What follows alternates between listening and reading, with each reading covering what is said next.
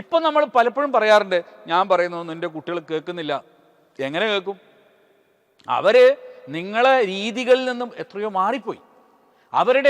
അവർ നിങ്ങളിൽ നിന്ന് സ്വീകരിച്ചതിന് അപ്പുറത്തേക്ക് അവർ യാത്ര ചെയ്തു. നിങ്ങൾ 10 കൊടുത്തതെങ്കിൽ കൊടുത്ത 10ൻ്റെ ഗുണം അവർ 1000 മാറ്റിയിട്ടുണ്ട്. അതാണ് അടുത്ത തലമുറയ്ക്ക് കൊടുക്കാൻ പോകുന്നത്. ഇതാണ് വൈദിക ജീവിത രീതിയിൽ പറയുന്നത്. എന്താണെന്നറിയോ? ആര്യനാവുക, ശ്രേഷ്ഠനാവുക എന്ന വാക്കിൻ്റെ അർത്ഥം തന്നെ ഇതാണ്.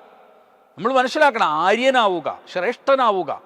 അപ്പം ഈ മന്ത്രത്തിൽ പറയുന്ന അച്ഛൻ ശാന്തിവാനാണ്, ശാന്തശീലനാണ്.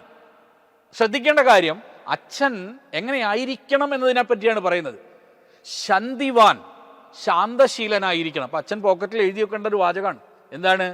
ഞാൻ ശാന്തശീലനായിരിക്കണം ഒരു അച്ഛനാണ്. അടുത്ത പോയിന്റ് എഴുതി വെക്കണം.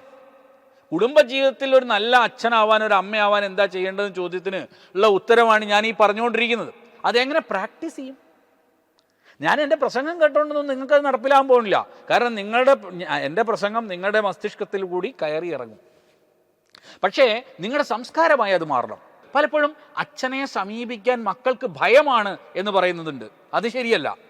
അതേപോലെ തന്നെ അച്ഛൻ ഇപ്പം എനിക്കൊരു ഫ്രണ്ടാണ് എന്ന് പറയുന്നത് ഇറ്റ്സ് ഓൾസോ വെരി ബാഡ്. തെറ്റാണത്. അച്ഛൻ ഒരു ഫ്രണ്ട് ആവരുത്. അച്ഛൻ ഫ്രണ്ടാണ്, അമ്മ ഫ്രണ്ടാണ്, ആചാര്യൻ എനിക്ക് ഫ്രണ്ടാണ്, ഇതൊക്കെ പറയുന്നത് കേൾക്കാറുണ്ട്. ഇത്രയും വിഡ്ഢിത്തരം ലോകത്ത് വേറെ പറയാനില്ല. കാരണം ഈ ലോകത്തെ ഋഷി പരമ്പരകൾ ആരും തന്നെ അച്ഛൻ, അമ്മ, ആചാര്യൻ എന്നിവരെ സുഹൃത്തുക്കളായി കണ്ടിട്ടില്ല. സുഹൃത്തുക്കളായി കണ്ടാൽ തുല്യനായി തീരും. തുല്യനായാൽ ശ്രദ്ധിക്കേണ്ട കാര്യം, തുല്യതയിൽ നമ്മൾ പലതും കൃത്യമായി സ്വീകരിക്കില്ല. അവനവൻ്റെ ബോധ്യമുണ്ടാവും. ആ ബോധ്യം മറ്റൊരാളിൽ നിന്ന് സ്വീകരിക്കാതെ വരും. മാതൃമാൻ, പിതൃമാൻ, ആചാര്യവാൻ പുരുഷോ വേദ. വേദത്തിലുള്ള പുരുഷനെ കുറിച്ച് പറയുന്നത് മാതൃമാൻ, പിതൃമാൻ, ആചാര്യവാൻ എന്നാണ്. അതായത് അച്ഛൻ, അമ്മ, അച്ഛൻ, ആചാര്യൻ, ഇവരിൽ നിന്ന് സംസ്കാരത്തെയാണ് നമ്മൾ സ്വീകരിക്കുന്നത്. അപ്പോൾ ആരാണ് അച്ഛൻ? ശാന്തിവാൻ, ശാന്തശീലനായിരിക്കണം. അപ്പോൾ ആ ശാന്തശീലത്തെ അനുകരിക്കാൻ മകൻ തയ്യാറാവും. അവന് അശാന്തികരമായ വാക്കുകളോടും പ്രവൃത്തികളോടും പൊരുത്തപ്പെടാൻ സാധിക്കുകയില്ല. ഒരാൾ നമ്മളോട് അശാന്തിപൂർണമായ വാക്ക് പറയുമ്പോൾ അങ്ങനത്തെ ഒരു വാക്ക് പറയരുതേ, കെട്ട വാക്ക് പറയാതിരിക്കൂ, ഇങ്ങനത്തെ വാക്ക് നീ പറയാതിരിക്കൂ, കെട്ട വാക്ക് പറയല്ലേ എന്ന് നമ്മളോട് പറയാൻ ഇടവരുത്തരുത്. നമ്മൾ ശ്രദ്ധിക്കുക. നമ്മളെക്കുറിച്ച് ഒരാൾ അങ്ങനെ പറയരുത്. അശാന്തികരമായ വാക്കുകളും കെട്ട വാക്കുകളും പറയുന്നവരായിട്ട് നമ്മൾ മാറാൻ പാടില്ല. കാരണം നമ്മുടെ പൂർവ്വപിതാമഹന്മാരെങ്ങനെയാണ്? ശാന്തിയോടുകൂടിയുള്ള വാക്കുകളാണ് പറഞ്ഞത്. ശാന്തിവാനാണ്, ശാന്തമായ ഭാവത്തോടുകൂടിയാണ് അവർ സംസാരിച്ചത്. അവരൊരിക്കലും ശാന്തിയെ കൈവിട്ടല്ല സംസാരിച്ചത്. ഇത് നിങ്ങൾ മനസ്സിലാക്കുക.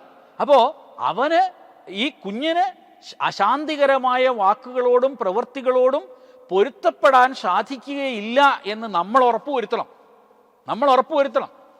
അത് നമ്മൾ ഉറപ്പുവരുത്താൻ ഒരു അച്ഛൻ്റെ ബാധ്യതയാണ്. എന്താണ് അച്ഛൻ്റെ ബാധ്യത? നിങ്ങൾ ശാന്തിവാൻ ആണോ? നിങ്ങൾ അശാന്തികരമായ വാക്കുകൾ പറയാത്തയാളാണോ, പറയുന്നയാളാണോ? നിങ്ങളൊരു ജേണൽ എടുക്കുക, ഒരു പേപ്പർ എടുക്കുക, ഒരു പുസ്തകം എടുക്കുക, അതിൽ എഴുതുക, ഞാൻ അശാന്തികരമായ വാക്കുകൾ പറഞ്ഞു പോയിട്ടുണ്ട്, ഇനി അത് പറയില്ല. നോട്ട് ചെയ്യുക, വിച്ച് അശാന്തികരമായ വാക്കാണ് പറഞ്ഞു പോയത്. ഇങ്ങനെ ഇത് തിരുത്താൻ പറ്റുള്ളൂ. കാരണം 41 ദിവസം കൊണ്ട് നമുക്ക് ഓരോ ശീലങ്ങളായിട്ട് ഓരോന്നായിട്ട് മാറ്റിയെടുക്കണം. ടൈനി ഹാബിറ്റ്സ് എന്ന് പറയാറുണ്ടല്ലോ, ചെറിയ ശീലങ്ങൾ. പക്ഷെ അത് ചെറിയ ശീലമല്ല, അത് വലിയ ശീലമാണ്. കാരണം നമ്മൾ മനസ്സിലാക്കേണ്ടതെന്ന് വെച്ചാൽ, നമ്മൾ ഒരു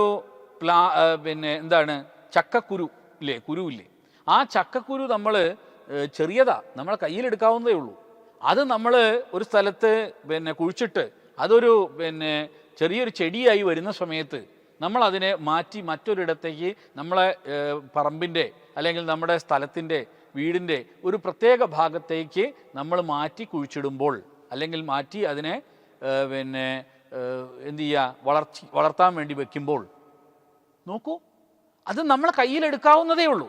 വളരെ ചെറുതാണ്. പക്ഷേ അത് നമ്മളെ വീടിൻ്റെ മുറ്റത്താണത് വെച്ചതെങ്കിൽ, അല്ലെങ്കിൽ വീടിൻ്റെ നമ്മളെ വരാന്തയോട് ചേർന്നാണ് ആ പ്ലാവ് വളരുന്നതെങ്കിൽ നമ്മളെ വീട് തന്നെ അത് തകർത്ത് കളയും.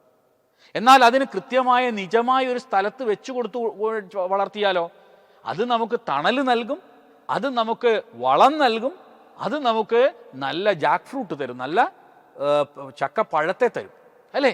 ചക്കപ്പഴം പലതരത്തിൽ പ്രയോജനം ചെയ്യുന്നതാണ്.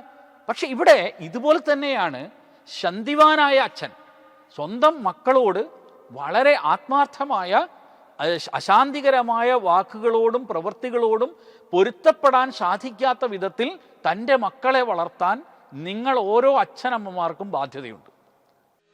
Brought you by Kerala AIDS control society. HIV AIDS സംബന്ധമായ സംശയങ്ങൾക്ക് 1097 എന്ന 24 മണിക്കൂറും പ്രവർത്തിക്കുന്ന ടോൾ ഫ്രീ നമ്പറിലേക്ക് വിളിക്കുക. വാട്സാപ്പിലും ഫേസ്ബുക്കിലും ഒക്കെ സ്റ്റാറ്റസ് അപ്ഡേറ്റ് ചെയ്യാറുണ്ടല്ലോ, HIV സ്റ്റാറ്റസോ. HIV പിടിപെടാനുള്ള സാഹചര്യങ്ങളിൽ കൂടി അറിഞ്ഞോ അറിയാതെയോ കടന്നു പോയിട്ടുണ്ടാവാം. എന്ത് തന്നെയായാലും മുൻകൂട്ടി പരിശോധിച്ച് HIV സ്റ്റാറ്റസ് അറിയൂ.